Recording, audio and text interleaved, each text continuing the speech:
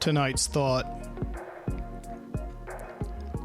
Beware the Birmingham Barber-Salon industrial complex.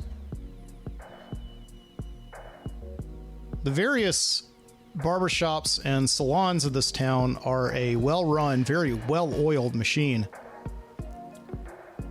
And there's an organization that you need to be wary of if you plan to apply to become a cog in it. It's the Jefferson County Barber Commission.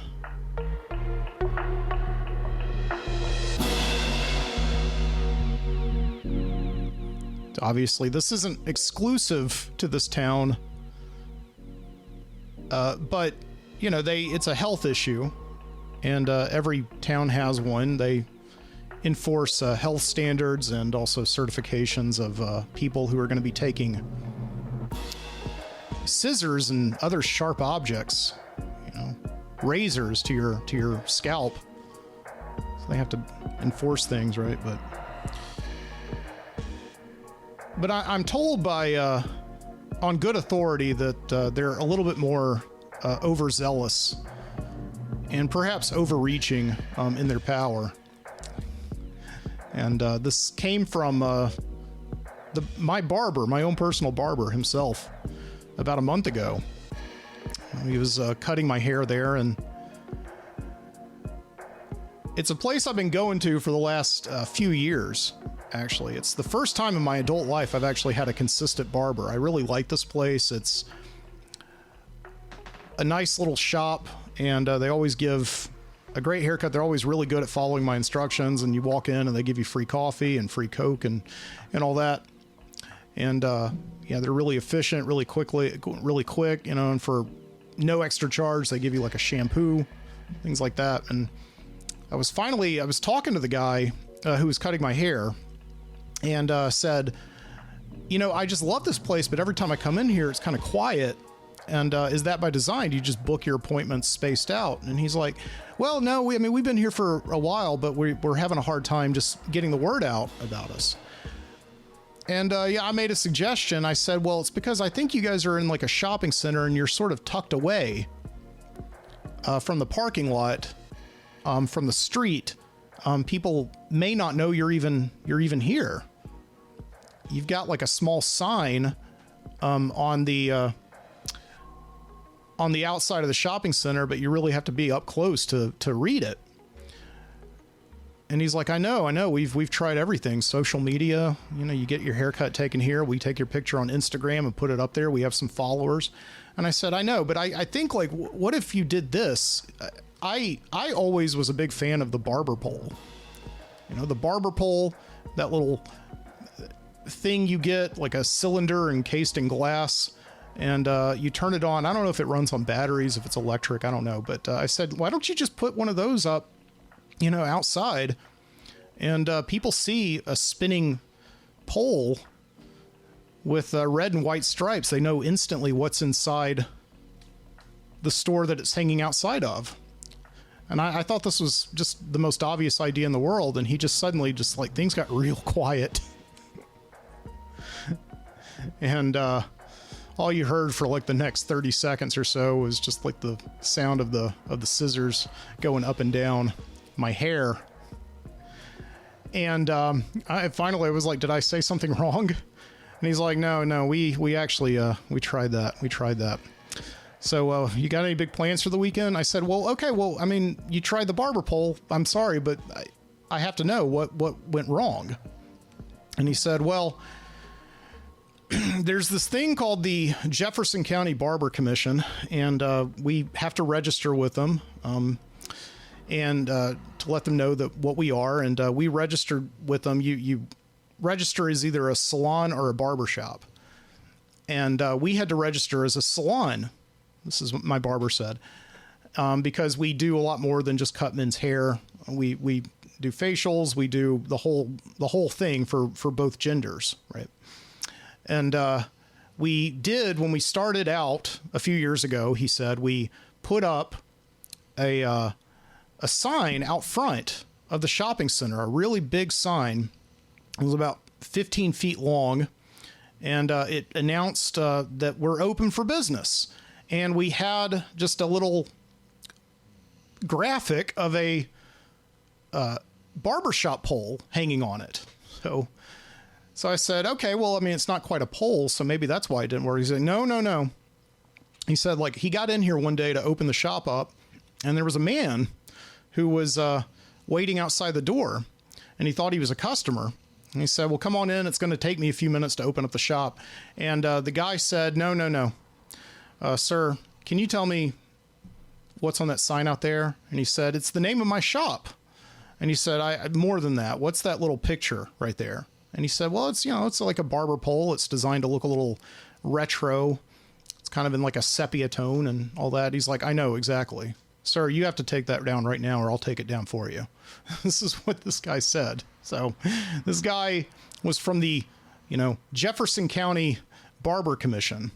And more so than check in on the health and safety standards of the various barbershops and salons of Birmingham, Alabama, they also have to make sure that if you're registered as a salon, you stay that way and you don't have any advertisement whatsoever that could confuse people that it's a barbershop. And so, yeah, I said to my barber, well, technically, though, this is also a barbershop, right? It's almost like the salon is like an umbrella that a barbershop fits within. And he's like, no. People, that's not the way that the barbershops technically are. He says, is like, if you're a barbershop, then it's only men, and men go in and they get their haircuts and maybe they get a shave, and that's it, right? And also the difference is that, barbers, I don't know, they cut your hair while you're looking in the mirror or something like that. And I don't, salons don't do that. I don't know. There's some other kind of weird technicalities that he wasn't really, because as he was telling me that, I was like, well, I'm looking in the mirror right now. So, I mean, this is a barbershop. And he says, well, the Jefferson County Barber Commission is really clear. We can do no advertising whatsoever that shows us to the public as a barber shop exclusively. So they ordered me right away to take my sign down with the picture of the barber pole on it. And from then on out, from that moment on, I've been having a hard time, like getting customers.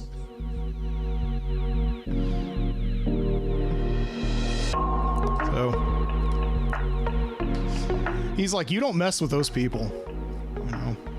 They'll tear it up. They'll tear you down, right? Yeah. So I got to thinking about this. That like, is this really just one of these authoritarian organizations, right? Like, it's something that sounds so harmless, and I guess it's kind of a funny image, like if you think about it. Just a bunch of well-groomed petty tyrants running around town in like leather aprons, exploiting their status as a government-recognized part of board of overseers to intimidate every little small mom and pop shop to bind to their will. It's like at night they all get together in their clubhouse and they sip brandy and recline back in their barber chairs in front of a big fireplace, and above that fireplace is like a big framed picture of Floyd from the Andy Griffith Show or something. But yeah. But I mean, I can laugh about it. I'm not a part of it, But I mean, it wasn't the impression I got from my barber when he told me about all this. There was like no grimace. There was no hint of irony. It was like in his silence, he was just imagining 100 unthinkable scenarios. Like from the small early acts of intimidation to let him know that they're watching, right? Like he goes out to his car and he starts the car, but for some reason it won't move. And he like gets out to inspect and looks down under the car and just pulls like all of this cut hair collected from various people. They just swept up from the floor and just clumped it all together and just stuffed it into his tailpipe or something. And like then maybe behind his eyes there was like the truly sick acts of intimidation, like just maybe one night he's at his house and he's just like lounging around and like, gets a knock on the door. And he opens it up and there's just nobody there, but there's a box on the doorstep. And he opens it up and feels it. It's like really heavy. It's like, you know, unwraps it, and inside is like the barber pole that he wants. It's, you know, again, it's a heavy white cylinder encased in glass. But weirdly enough, like along the white cylinder is like red striping running up and down it. That's like a darker shade of red. Like and the strip has a texture to it. Like it's a dried substance of dark red. And like he looks under the barber pole in the box and he pulls out a card and it just says like, "Have you fed your cat tonight?" And he looks around. He's like, "I haven't, as a matter of fact. As a matter of fact, I haven't seen that cat, you know. Where is he? Oh my God."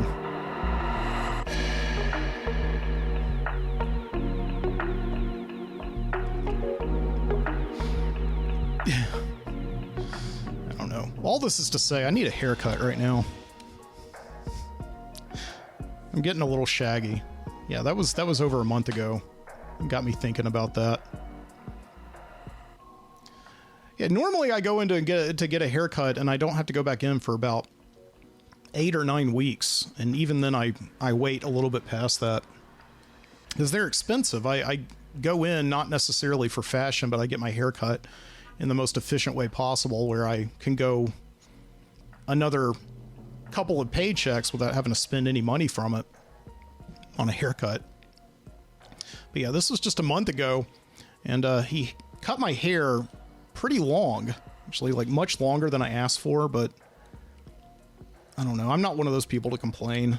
I mean, it still looked nice, but now I have to go back and I figured out, I think, why he cut it long is because he's the owner of the shop. He's the one who opened the place and put the sign with his name and the picture of the barber pole on the front. So yeah, I think he's the owner of the shop. So I think he cut it long deliberately, just so I would come back sooner and pay like another $30. I think maybe I should report him to the Jefferson County Barber Commission. I don't know. Maybe that'll be a good idea or something.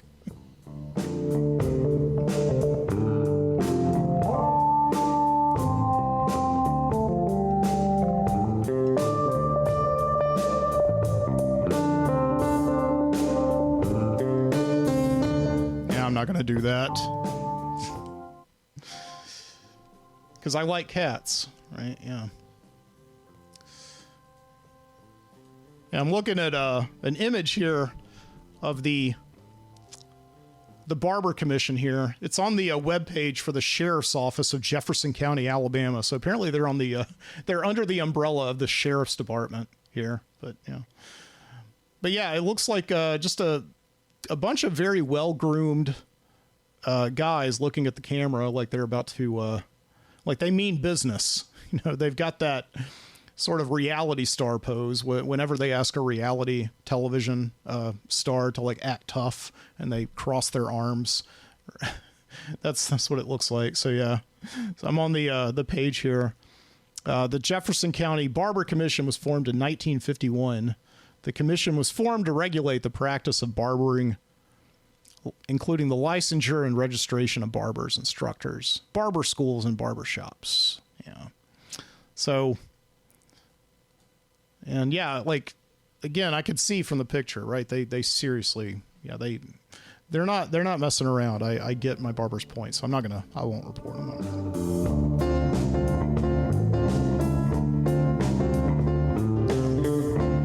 And yeah, speaking of not messing around, this is the Midnight Citizen Show. I'm your host, Mike Booty. Thank you so much for joining me here tonight in the studio.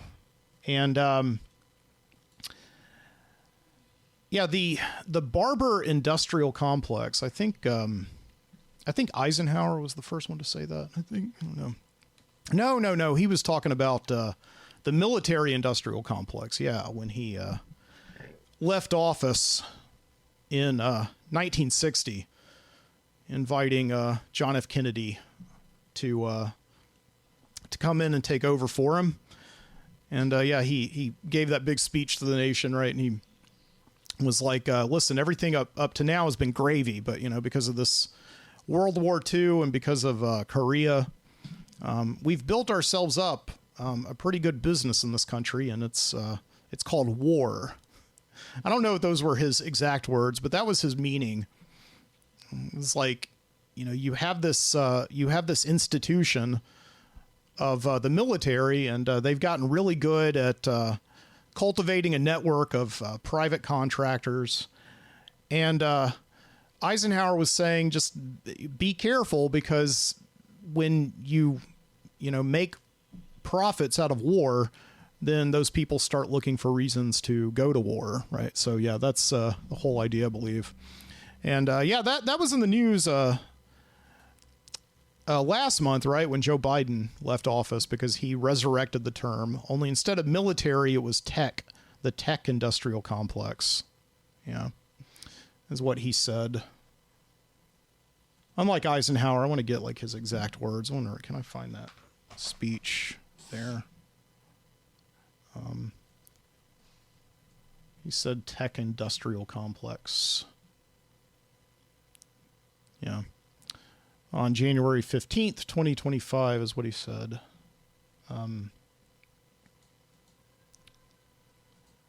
Yeah. I'm trying to find his like exact thing. He says, today an oligarchy is taking shape in America of extreme wealth, power, and influence that really threatens our entire democracy, our basic rights and freedom, and a fair shot for everyone to get ahead.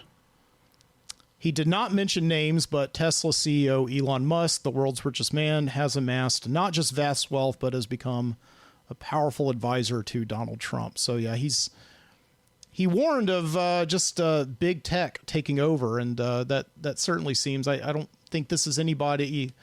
Like, I think everybody knows this, right? That big tech is an issue now. That they're always listening to us, and they're the ones who are essentially running the world now, is what Biden says. And like this week, seeing what's been happening since this guy Donald Trump got into office a couple weeks back, I go along with them, on that. But yeah, like this week I was just watching the news and it was just crazy. I know on like the last, podcast, I just determined to take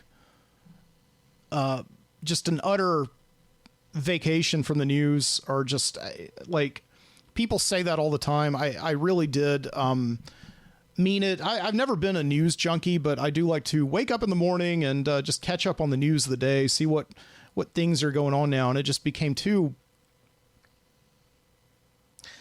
overbearing, because just Donald Trump is approaching this presidency like a teenager who's just popped his first Adderall. He just can't really help himself. What he's, there's just all of these things that, like, I've written them down just to kind of keep track of some of the things that really seem to really concern me. So he's issued all these executive orders. Of course, he's and there's too many to count, really. On the very first day, he issued executive orders, primarily, immediately pardoning anybody who was at the Capitol, looking around, being a tourist there on January 6th. He pardoned them. But yeah, of course, he, in the past couple of weeks has toyed around with, suspending federal funding to certain programs. He's invited federal employees, like all federal employees, with a couple of exceptions, like those people working in immigration, like he really needs them.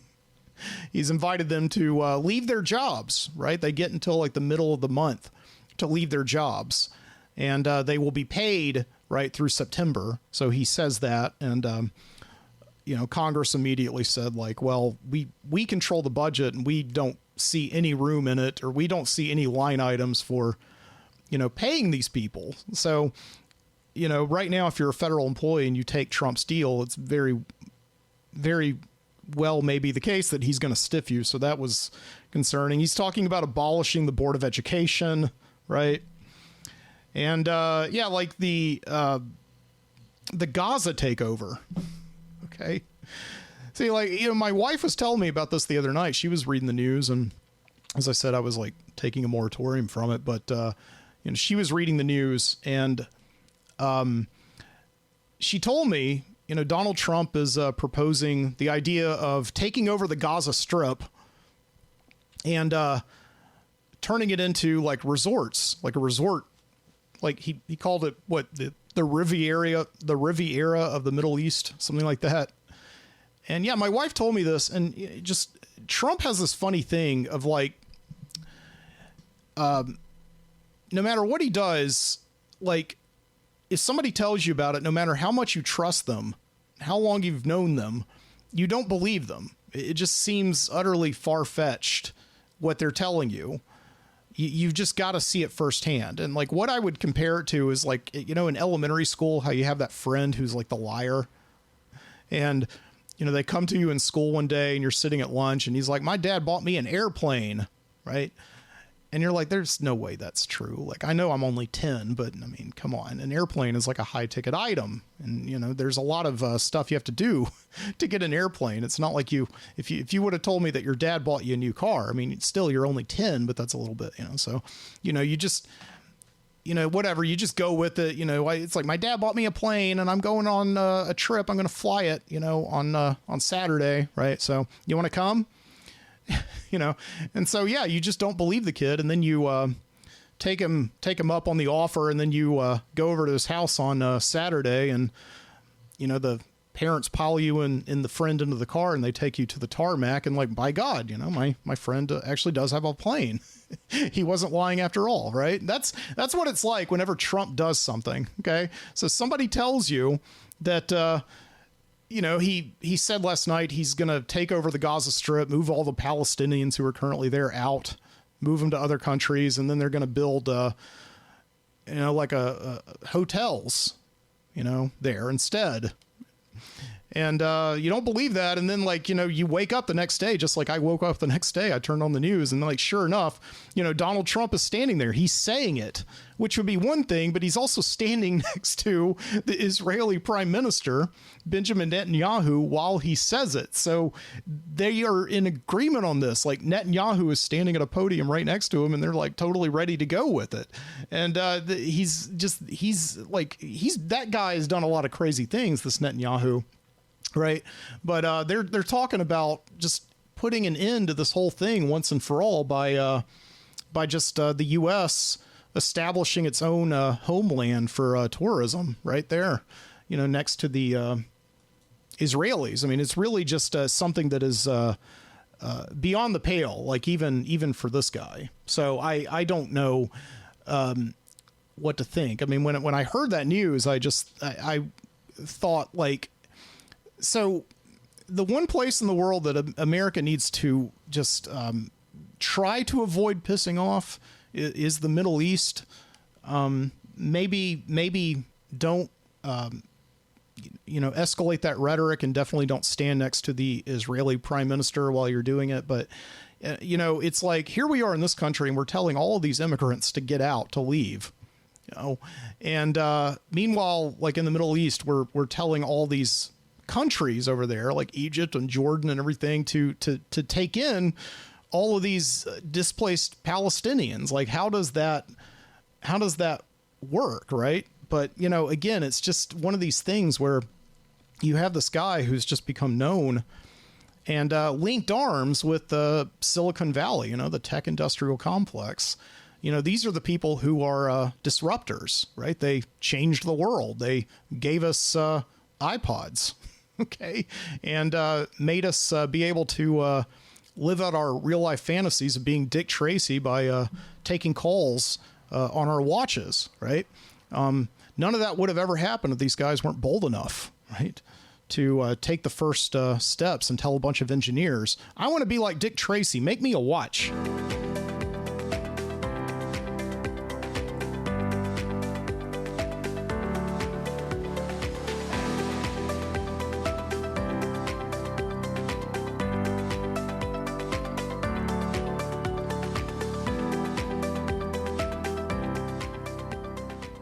Yeah.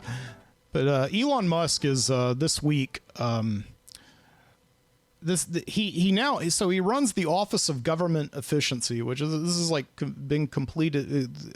This has been like a lot of things that Trump does, just conjured out of thin air. Elon Musk now has the power to just go in and thin down the government, put it on a weight loss program or something, right? Which is just a reality show thing to do, right? The Biggest Loser. Okay. But yeah, I mean, which is one thing, like, I totally agree. Like, the government, everybody knows, right, that the government is big and it's bloated, right? But the way that they're going about it, it's just like the way that I go about cleaning out my hard drive on my computer, right? It's like I see on my C drive, I've only got like 2 gigabytes of space left. So I go about and I just purge everything. I don't even think about it, right? I want more space back. And I just like do it, and I transfer it over to like a hard drive, like an external hard drive. Okay. But I just get rid of it all, not even thinking about the fact that I may need to, access it like, right now with the work that I have to do. So it's like, that's what they're doing, is just cleaning up a hard drive and not really even thinking about, the consequences that are coming later, and just this whole thing, this executive order, banning the Department of Education, which is, has an annual budget of something like $1 trillion. Yeah, that's a lot of money, right? I totally get that. And yeah, just go ahead and throw it out. Sure. Okay, fine. It does good things. It may not be efficient. Nothing's ever really efficient 100%. You can always like clean things up and trim things down and look for waste and everything, but they're just trying to throw out, the baby with the bathwater is what they're doing. If you get rid of the Department of Education, you really do, you get rid of federal funding, right, to schools to take care of under-resourced schools. And, they're saying that the Trump administration is saying, like, we're not going to just not give money to schools. What we're going to do is allow the states to take care of it. Well, that's good. Okay. If you live in a non-corrupt state, and, Alabama is not really known for just loving its public schools. And they have been in overdrive, like, for years, trying to, charter as much schools as possible, give money to homeschool organizations that teach like creationism and just whatever the hell, just some religious nut comes up with. And if Alabama does indeed get the money that otherwise would have just gone to the National Board of Education, then they're most likely going to spend it on for-profit prisons. And it's a win-win for them, right? Because they're not going to give it to the schools. The schools are going to shut down, or the kids are going to go there and just be so under-resourced that it's better just to stay home and get into crime and end up in their prisons, and they make money from that. So, it's just there's the incentives are not even. And it's like, yeah, you can defund some of the Department of Education. I'm not saying that whatsoever, but like, just maybe look at how you do it, and maybe don't necessarily just, like give the kid a gun and hope that he's safe with it. And that's what it would be like. I don't know about where you live, but like, yeah, like in Alabama, giving Alabama federal money, that's blind, that you can tell them you can do whatever with it you want. That is like, handing them a gun, and it's not just like any kind of gun. It's not like a little pistol or like a BB gun or something like that. It's a fully automatic, military grade weapon.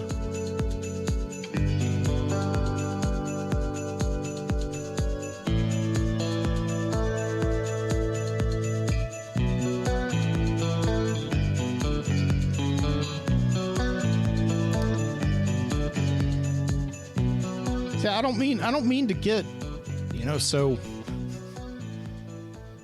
up in arms about this tonight, but just thinking about my my barber just being intimidated by this board of petty tyrants just really got me going. And not trying to say that that's indicative of what's going on in the world, but maybe it is. I don't know. Maybe it is, It's just, we're all just kind of like running around having our every move's being dictated by just these people who and the weird thing is, like, we've endorsed them too, we've endorsed them. Like, I was thinking about, Elon Musk once again, and we drive around, we see his Tesla cars everywhere. We buy his Tesla cars. He's somehow managed to convince people to spend a lot of money on this Cybertruck that just looks like a Hot Wheels that you got when you were 5 years old, that you could drive around the driveway with adult supervision.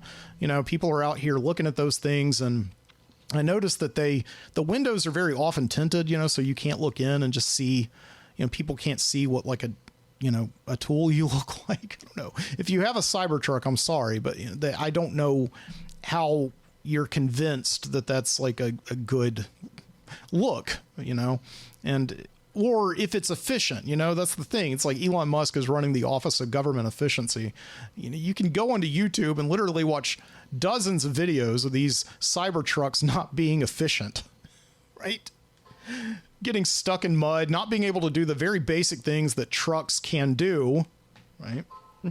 So I don't know. I don't get it at all, but yeah, like, again, he's from Silicon Valley, right? He's a disruptor, and we love disruptors, right? We love these people who just get in and stir the pot a little bit. And we've granted them access now to our social security numbers. So.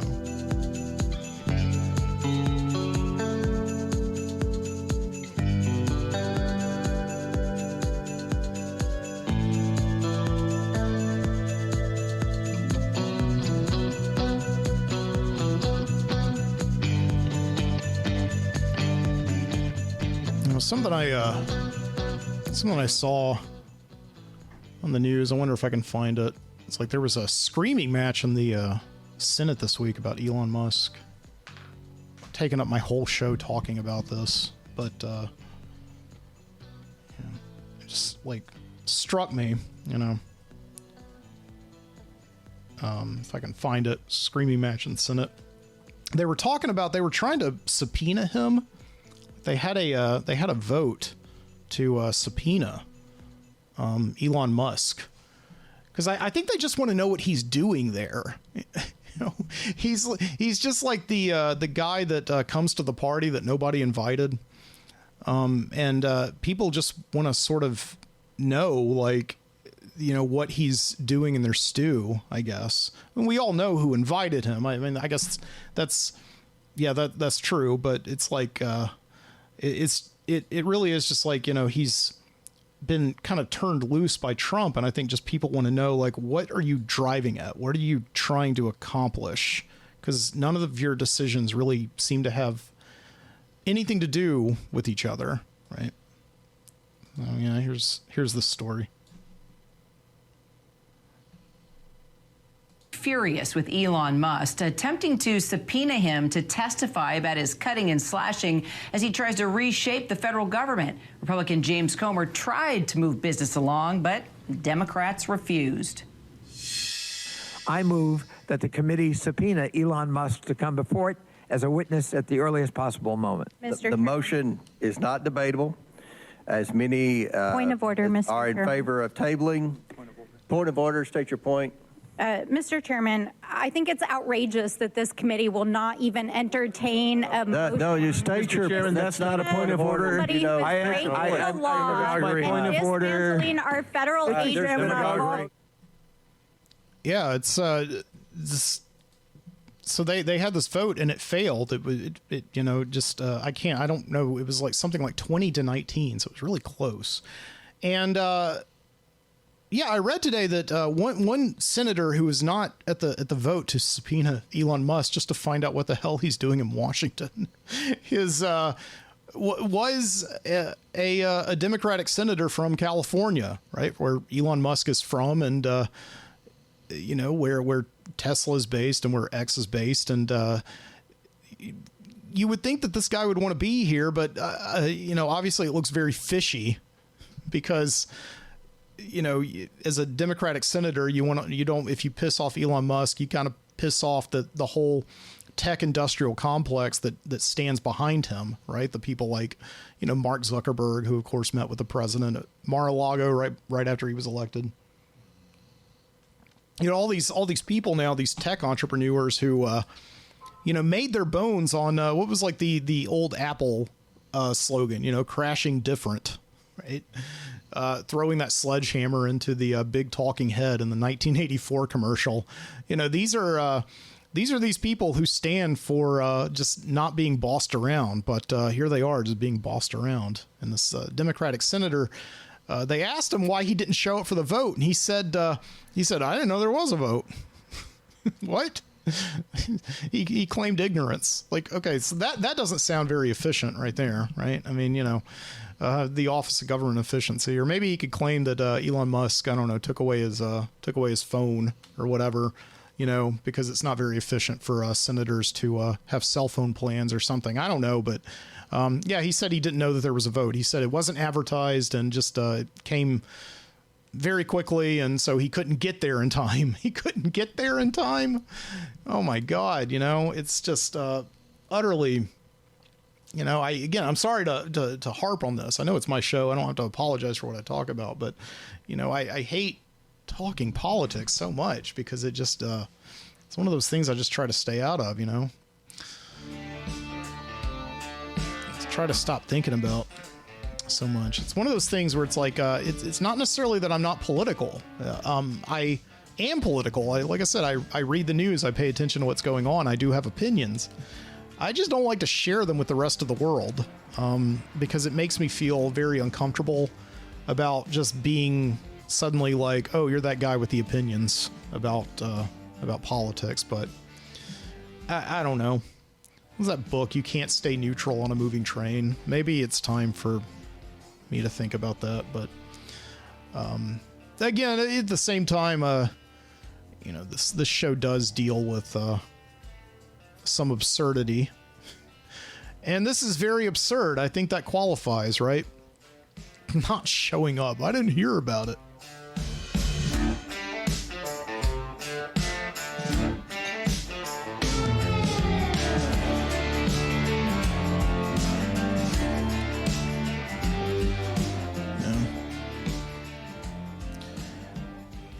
We've just endorsed, people like Elon Musk, and I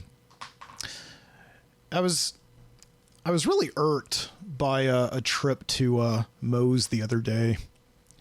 Like, Moe's, that restaurant where it's like that burrito restaurant. You walk in and, there's all these people behind the counter, and they say like, "Welcome to Moe's." Yeah. Like they've got guns to their heads. Like there's some guy in the back in the kitchen who's like robbed the place, and you've walked in the middle of the act, and they don't want you to let they don't want to let you know that anything's going on. So they just all like, "Welcome to Moe's," or they it's like they say it like they want to murder you, right? So every time you go in there, like, "Welcome to Moe's," right? But yeah, I was in there the other day. I like Moe's, okay, but usually when I go in there, it's like to deliver food or whatever. So I had to go in there the other day to Moe's and pick up an order, and I was just kind of waiting there for a few minutes.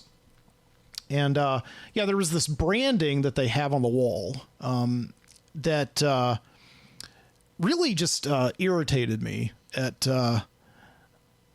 one of those things. Again, it's like the way I started the show. I don't like to tie one small thing into another, but I think somehow tiny things help explain really big things. Okay. But yeah, I saw this branding on the wall, that was, like a big sign, right? And, it, had the Moe's logo going up and down. And they had turned the name of the restaurant into an acronym, Moe's, M-O-E. And, M stood for musicians. And O stood for outlaws.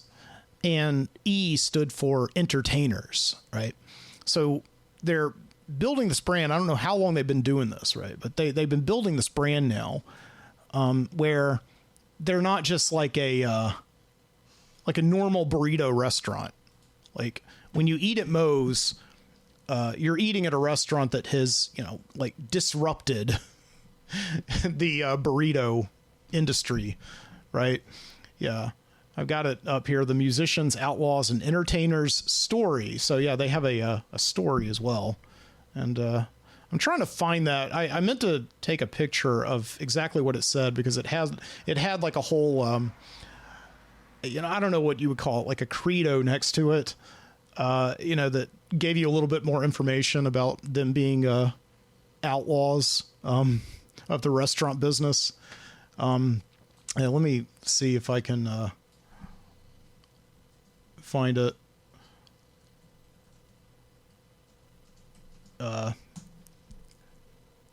Yeah, I don't know if anybody thought to post that on Google. This whole story, I'll try to summarize it like the best I can, but it's so stupid. So the thing is like there are some people who, stir the sauce with a spatula. We stir it with a fork. It says something like that. Or there are some people who stir clockwise. Well, we like to go counterclockwise, right? Or we take our spatula and just really get it in there and force that sauce to stir, or so, whatever. And it's like we at Moe's believe that it's not the people who eat the burrito one way. Like, are you getting what I'm saying? We at Moe's believe that the ordinary never accomplishes anything. That the general is boring, right? In order to get in there, we have to be outlaws, right? And it's funny because I'm reading this and I'm looking at their acronym and just thinking that musicians and entertainers are the same exact thing. But, like whatever, I get it. Okay. So yeah, you guys are disruptors, right? Yeah.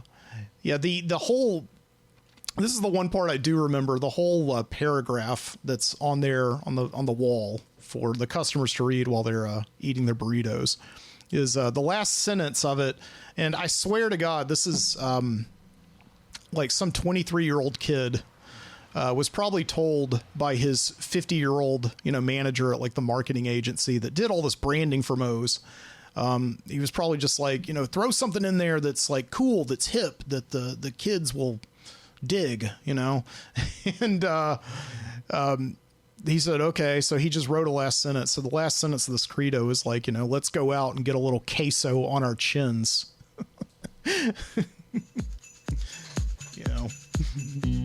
Yeah, that was like the whole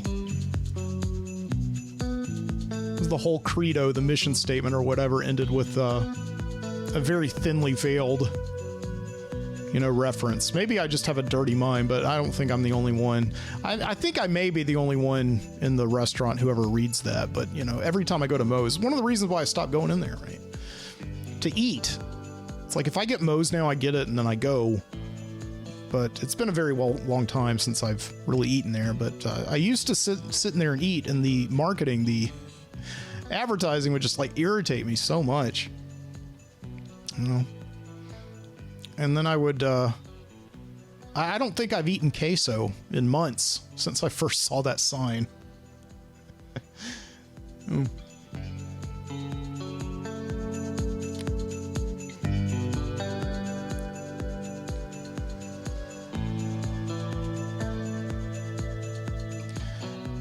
Yeah, but I just think, like, aren't we getting a little bit too old for this?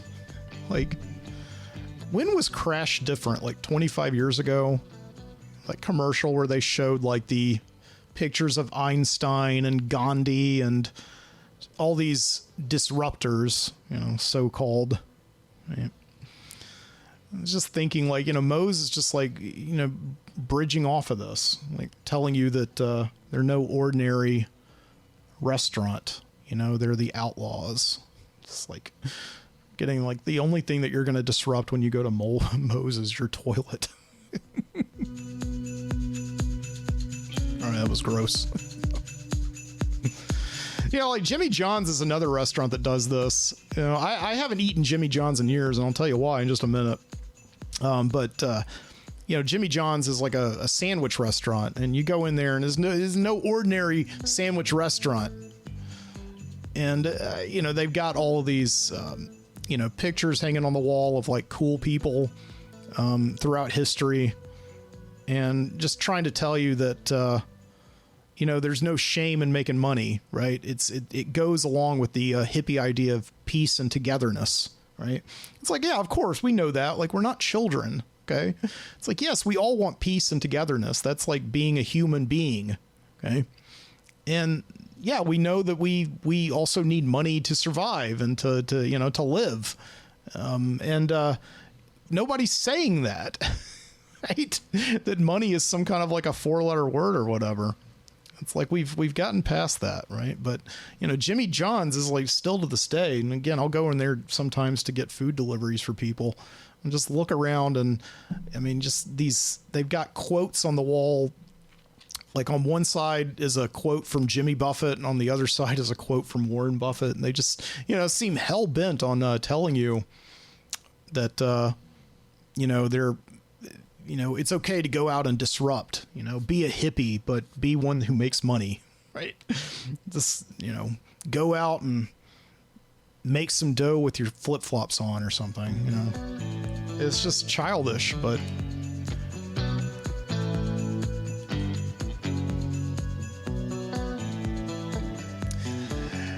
the reason I stopped eating at Jimmy John's, and my wife did too. One day we were there was a story on the news. This is like now 10 years ago or so that the owner of Jimmy John's in his free time likes to go illegally hunt big game animals over in Africa. So. And I don't know anything at all about the CEO of Moe's, but I just really do think that like these people that hide behind these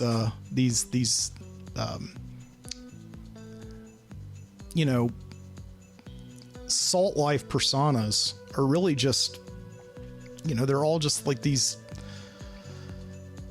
I don't know, far right nut jobs or something, who like to go and kill things.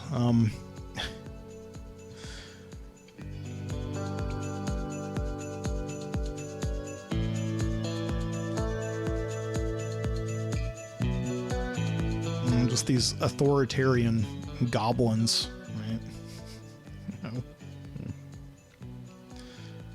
But yeah, and I think like again that not to connect the small to the big, but I will anyway. I think that's the reason why we have Donald Trump, and I also am not the first person to say this. I don't think I'm saying anything tonight that we don't already know. It's just I've never said it before to you on this show. Right? That we have people like this in power because we tell them like we like you to go in and we like you to not be like the normal people that we see in this role, right? We like you, Donald Trump, because you're an outsider. And people say that while completely neglecting to, state the fact that they wouldn't invite an outsider into any other part of their lives. It's like, oh, my sink's fixed. I'm going to call not a plumber, but I'm going to call an outsider. Right? I'm just going to open the Yellow Pages. People don't do that anymore. I'm just going to type into Google just some random name like Saucy Phillips and just ask him on Facebook to if he could come over and take a look at my sink, because he's an outsider. He's not going to do it like a typical asshole money grubbing plumber would, Yeah, like, I mean, it seems like common sense, but I don't know. And yeah, you know what? Our government is too bloated. Get an outsider in there and tell them what's what. He runs a business, a very successful business, I might add, right? America's always been about businessmen. That's what makes it such a great company. So,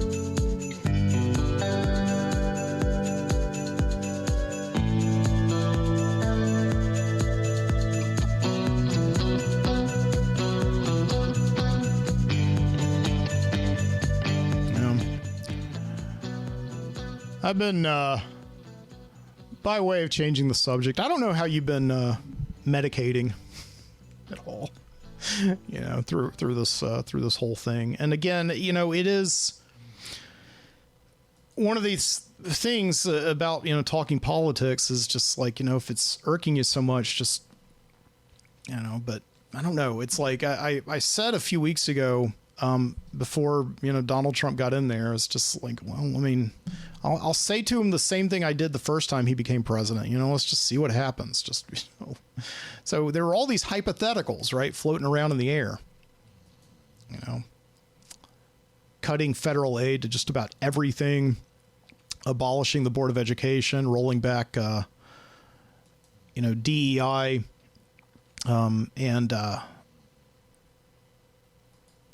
abolishing like the liberal, like the Fine Arts Council, this thing that, a Republican president that, Donald Trump has in a lot of ways modeled him by. Ronald Reagan set up this arts council that comes together and serves as a bridge between, artistic nonprofits and the federal government. And he just got rid of it completely. Again, throw the baby out, throw the bathwater out. I don't care what's in there. I don't care if there's a pot of gold in there or some kind of, I just, it's one of those things that just really irks me, that just gets me upset. And about, especially about, about the Arts Council. I can't remember the name of it specifically. And I did know it existed. I will say this. I did know it existed before he got rid of it. A lot of people are upset about it. I don't think they knew that it existed. And I hate saying that word. A lot of people thought this, but I did. But in this case, I did. Trump throws out. Trump throws out first pitch. No, Trump throws out Arts Council. The Committee on the Arts, that Ronald Reagan formed, and he got rid of it the first time, and then Biden brought it back, and now Trump has kicked the football back and just dissolved it. And like, I understand it's like this arts project. If I were the average lukewarm Donald Trump supporter, one of these people who's like, I'll never vote Democrat. If I have to vote for Trump, I'll vote for Trump, right? Even if I was one of them, like those on the fence, I would get a little bit annoyed at this committee when you sort of heard about the people who are on it, people like George Clooney and, who else? I don't know. I read an article earlier. It stated who all's on it, but just the people that you think about when you think of like the most annoying, Hollywood, liberals. Yeah, I would get annoyed if I read that list. There's a picture of Mike Myers. Is that him?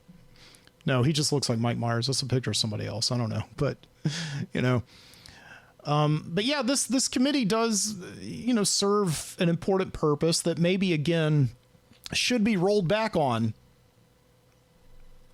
a tad. But, this ensures that a lot of nonprofits, artistic nonprofits, for instance, like things like the Children's Theater that my wife often does work for, could very well not get, federal grants and anything like that. It actually does mean that it definitively means they won't get federal grant money. So, this is an institution that's been part of Birmingham.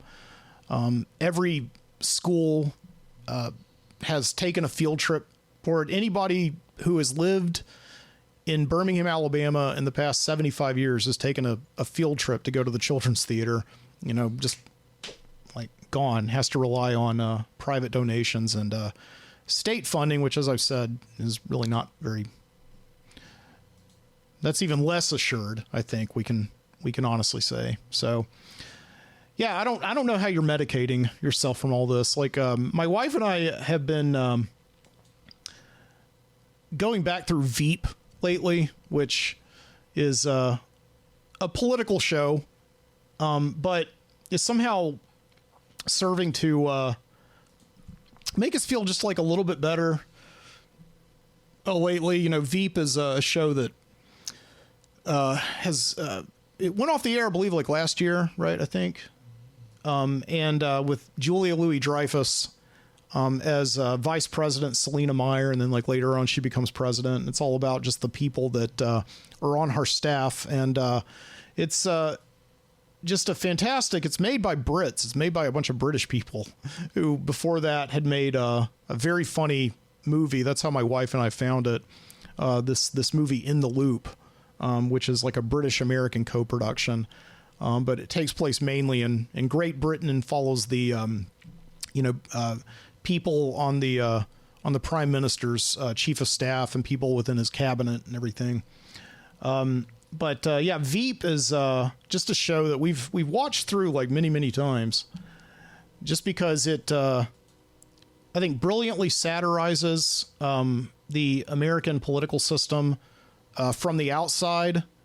I think it's very important that like British people made this show, because I don't know if Americans could actually do it. Like whenever we have satires of American politics, it's very often done by like Aaron Sorkin or somebody like this, like one of these people who, definitely looks at the, political system that we have in this country, but also has like some heartstrings in it, also like injects it with a little bit of hope. And which is what is a very American thing to do, is just to like look at things that are so failed and things that just like really bring our cynicism boiling up to the top, and look at it. It's like, well, it could get better, but Veep doesn't do that. And I think like it's just a brilliant show to kind of look at, but yeah. The other day, though, I do want to end this. This is like in no way really connected to anything else other than to say we've been watching Veep to kind of parlay our anxieties, I suppose, and our frustrations quite a lot. There's an episode of Veep that brings a mystery to the show that if you're not watching closely, you wouldn't really even know is a mystery. And it's almost like this thing like Marcellus Wallace's soul, like in Pulp Fiction, or something, where you're just not really supposed to know what it is. And it happens on this episode called Shutdown. And I'm bringing the clip up to you now. So, this episode called Shutdown, which is in the middle of season 2. It's episode 7. And on this episode, it follows directly after an episode where Selena Meyer, as vice president, is attempting to avoid a government shutdown to, by working with members of Congress to balance the budget and get everything even, get the Republicans and the Democrats happy. And which is one thing that's never mentioned on the show is like political parties, Republicans and Democrats. They never mention that. So you have no idea what party Selena's even working for, which I think is brilliant, because the whole point of the show is that they're all the same. Like we all know, right? But yeah, she fails to keep the government from shutting down. So the next episode is all about the shutdown. So there's It opens up. I'm going to have to build some context for you if you've never seen the show, but it opens up right with Selena at her mansion, and like none of her garbage has been picked up because it's a shutdown. So the government services like the garbage, which like we have private garbage here in Birmingham. I don't know what it's like in Washington or where you are, but but her garbage has not been collected. And so Gary, who is her personal assistant, played by Tony Hale, who's actually from Birmingham. He went to Samford. He tries to solve the problem by hiring like a private contractor, a private garbage company, to come along and take all of Selena's trash away. And so, of course, that causes a huge backlash, and Selena Meyer gets really upset with Gary because, obviously it's going to look like she has the money, so she gets to have all of her trash taken away while the rest of Washington has to sit in squalor. So here's an interesting scene, and this is the scene that brings up the mystery. That I don't even really think that I knew that this was a mystery of the show until I watched it like the second time through. But yeah, here it is. It's to me. What? You know that stinky garbage outside your home? Yeah? I, as Sue, had a private company take it away. What? Why would you do that? That was not a good idea, Gary. That wasn't the reaction I was expecting. Oh, come on, Gary. Everybody in Garbage Town has to live with the stink except for the uppity princess in a perfume palace. Is what other people would say. I'm not saying that. Not me. Wait a minute, hold on now. So now, some private contractor who has not been vetted could go through all of my trash and put it up on the internet? I'm sorry, ma'am. I didn't mean to do that. You gotta go and get the garbage bags Okay, back. excuse me. Wait, how am I gonna know which bags are yours? Do you want to let me know some of the things that are in the bags? Can I talk to you privately just for a second? Yeah, sure. What the? I don't know.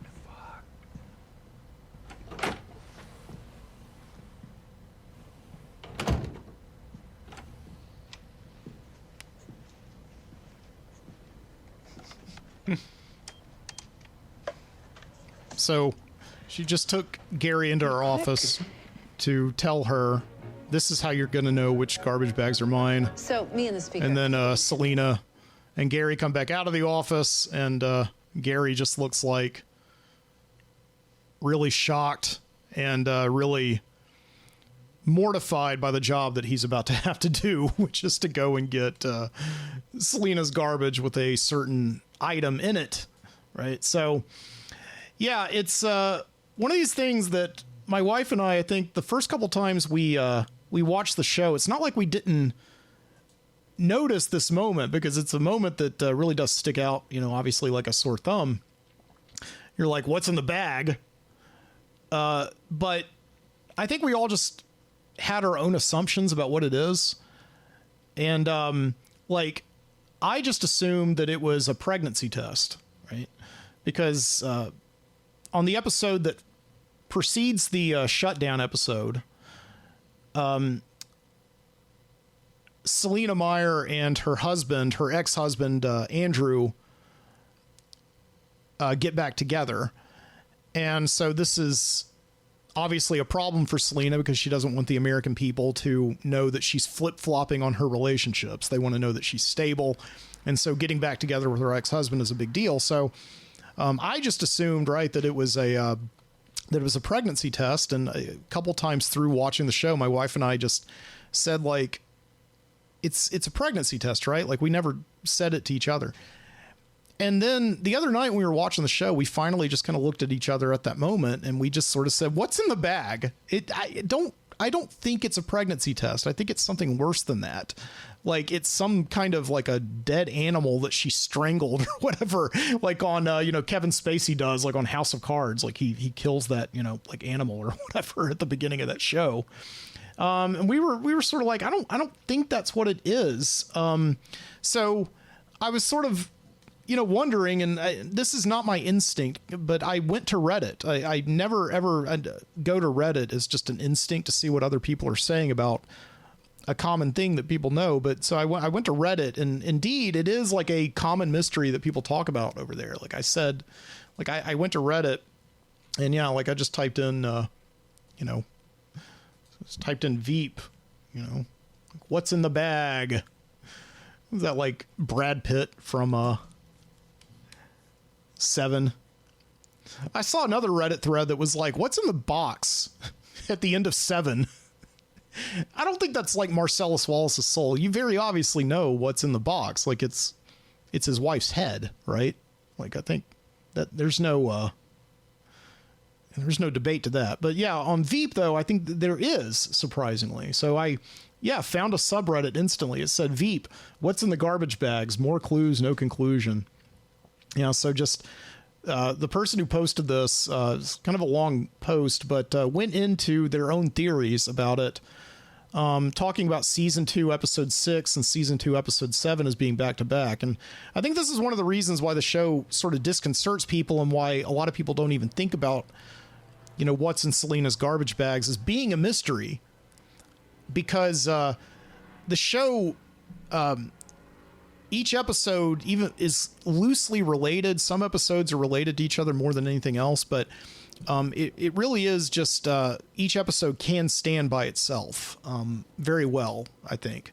And so people don't often think about shows being interlinked in certain ways, but there is definitely a connection between episode 6 and episode 7, like the one where Selena gets back together with her husband Andrew, and then the following one where she has some kind of mysterious item in her bag, right? So I was reading a lot of the fan theories, and a lot of people are saying pregnancy test, and people are saying like you can very clearly see within the bag that Gary eventually picks up that there's a big long box in it, and big long boxes are indicative of pregnancy test, right?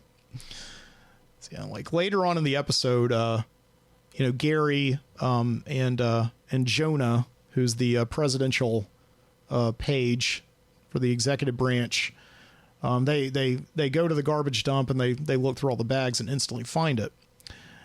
And people are looking very closely at that garbage bag that Gary finds that he knows belongs to Selena, and seeing the outline of a box. But that's just not enough for me. I don't think that's enough. I don't think they and I watched the episode. I rewound it and I watched it very closely. I don't see a box, right? But yeah, the conversation sort of devolves into just people talking about how it's their comfort show, and everybody is sort of glad to find each other. It's actually a very heartwarming thread, because it is a very dark show and very twisted show, and one of those shows that really does get you thinking about just the sick people who run our government.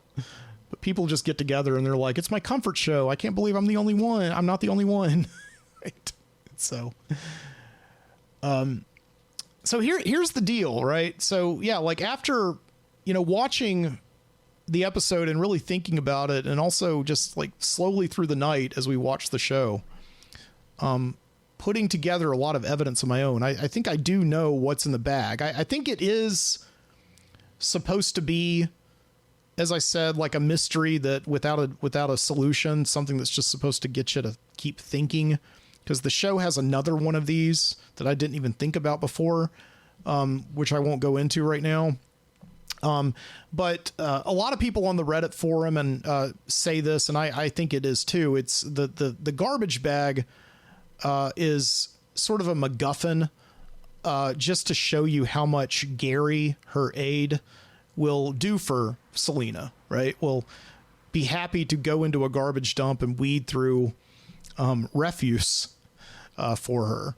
And throughout the show, like, it's very well established that Gary is the one who knows more about Selena than anybody else. And so, so I think it is all those things, but I also think it does have a very definitive answer.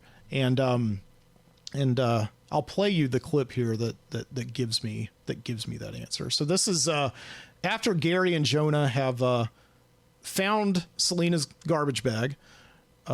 They call Sue, who is, during the shutdown, and Sue is Selena's furloughed personal assistant.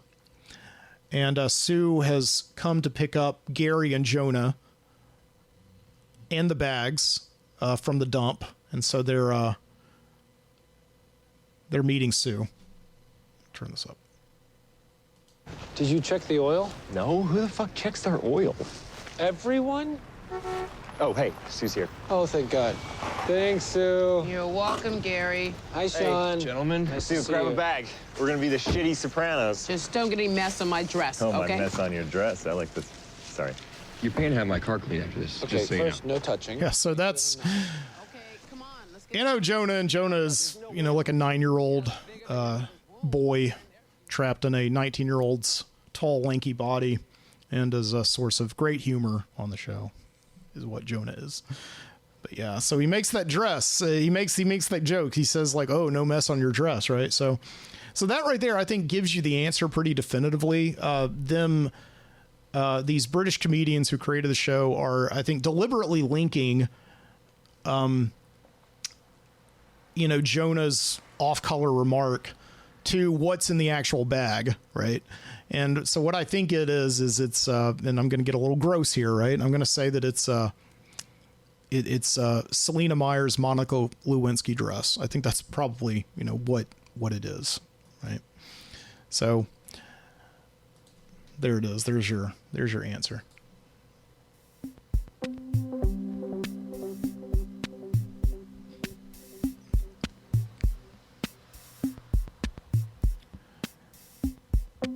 I know it's not direct proof, but there's a couple other things that I kind of noticed. So as I said, the episode that comes before it, when Selena and Andrew get together, they don't just have a date and everything is sort of planned. It's on their daughter Catherine's birthday, and they're in a limo. The episode ends with them being in a limo, driving home from the restaurant where they just took Catherine out for a birthday dinner. And it's very quickly established in that episode that Selena Meyer and Andrew are terrible parents who really only care about themselves. Just like every other character on the show is very selfish. That's no surprise. But yeah, they have the driver stop the limo, and then Andrew gets out there. They're having a big fight, and then Andrew gets out of the car, and then Selena, who should just be happy that he's gone, there's a comic beat of about 8 seconds, and then Selena opens up the car door and runs after Andrew. So it's very much implied, right, that Andrew and Selena have sex, and not just sex, but spontaneous sex, like really quickly. And yeah, so like obviously this would conclude that you could conclude from this that then it is a pregnancy test, right? Because Selena has sex with Andrew, but and she is nervous that that she's pregnant now. But the episode happens, like it's very clear from that episode that if Selena doesn't prevent a shutdown by midnight, then the government immediately shuts down, meaning garbage, everything. So the next episode, the actual shutdown episode, the one where we find out, about Selena's garbage bag and the mysterious items therein, it takes place the next day. So it wouldn't have been enough time elapsed between the two episodes for Selena to feel like she's pregnant. Okay. And Andrew and Selena having sex at the end of the last episode, just spontaneous sex, the kind that you don't have to take your dress off for, right? I think is it's very indicative of what it is, right? Yeah. I think without a doubt. There's another piece of evidence that I think is most damning of all. And some people may think that I'm stretching on this, and I put it on the Reddit forum, and I hate it because I was late to the party. Like, this conversation happened like a year ago on Reddit, so I don't even know if people are checking that anymore. But somebody today did give my post an upvote, but where I presented my case and all that. I've never done that before, gone onto Reddit and spent that much time on one single post. I've never used it that much before, right? But the most damning piece of evidence, I think, of all of this whole, mystery is, again, these British comedians who made the show, these people like Armando Iannucci and Chris Morris and all these people who made In the Loop, and before that they made a show called In the Thick of It, or The Thick of It, which is a very funny show, just about as funny as Veep, but it's based entirely in Britain, so you almost need subtitles sometimes to watch that show. But they are very well aware of our political system and constantly poking fun at it and constantly trying to get us to think about it and collapse all the scandals of the 20th century and the 21st century that have happened in the political sphere into the show Veep, to have it really stand as some kind of like commentary on our entire form of government. And so what I think is happening is, like, because the episode is called Shutdown, and it's all about you know, like a semen stained dress.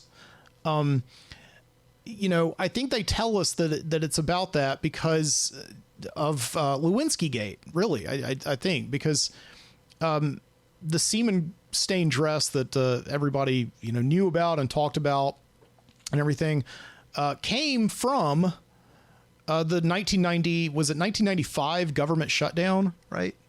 Yeah, there was a shutdown of the government in 1995, and the White House was down to a skeleton staff, and Monica Lewinsky was part of that skeleton staff. So suddenly she was doing jobs and errands that only, you know, people with senior clearance were allowed to do. And so she was right there next to Bill Clinton like the whole time. And that's when they first started, you know, hooking up. And, you know, that's where that all happened. And Lewinsky, you know, saved the dress from that. So I think, like, you know, they are deliberately, you know, putting that, you know, mystery right there in the in the middle of the show to call our attention to that particular political scandal, and also obviously reminding us of the fact that you know, Selena Meyer and Andrew are just like any political power couple, just these people who smile and mug for the camera, but they're really just you know, bitter at each other. They don't like each other. It's just it's a sham.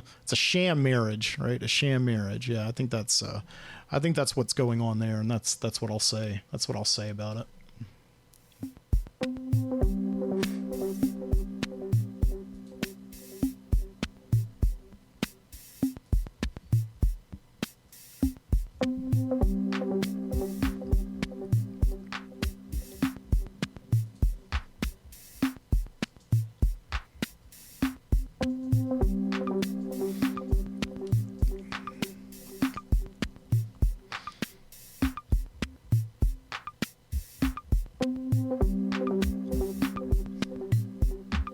Yeah. I was trying to find it there on YouTube. I don't think it's on here, but yeah, there was an actual like home video that was shot during that whole shutdown when the White House was dark. There were only a few people working there, two of them being Bill Clinton and Monica Lewinsky. And yeah, they shot like some kind of a parody video. I think I saw it on like one of those PBS biographies of Bill Clinton or whatever. I need to see if I can find it. But yeah, it's just Bill Clinton kind of walking through the White House, and somebody's holding like one of those, you know, handy cams, and taping him just walking through the dark corridors of power, just looking around like confused, like, is anybody here? So, you know. But yeah, I was trying to find that. Maybe I'll find it for next time. I can't. I don't know. I failed you. I'm sorry.